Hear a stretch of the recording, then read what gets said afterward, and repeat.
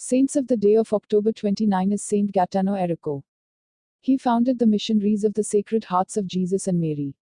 His great care for the sacrament of confession was combined with his attention for the poor, the sick, the prisoners.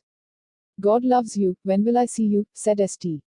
Gaetano ERRICO, 1791-1860, founder of the missionaries of the Sacred Hearts of Jesus and Mary, to the people he met in the streets of Secondigliano, Naples.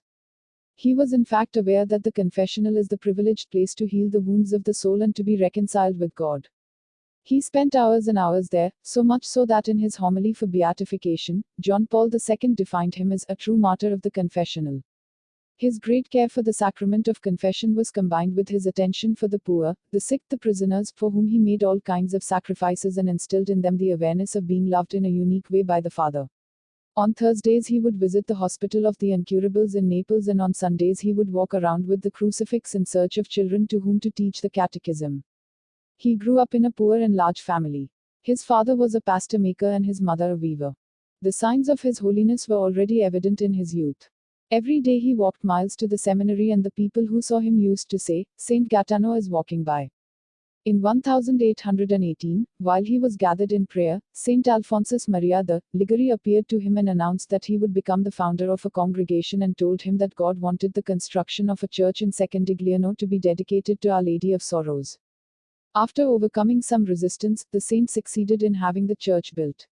At the end of the work he commissioned the Neapolitan sculptor Francesco Verzella to create a wooden statue of Our Lady of Sorrows with 3 angels. Only after the 17th attempt of the artist to sculpt the face of Our Lady, Gaetano exclaimed, satisfied and blushing slightly, "She was so."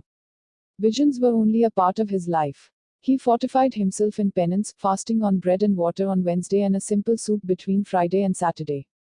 He mortified himself with various disciplines. "Now you make me feel the pain that I didn't feel when I carried you in my womb and gave birth to you," his mother told him one day, washing his bloodstained clothes. He nourished his soul by kneeling for a long time before the Blessed Sacrament. It was at one of those times that the Lord showed him that the congregation announced to him years earlier must be instituted in honor of the Sacred Hearts of Jesus and Mary.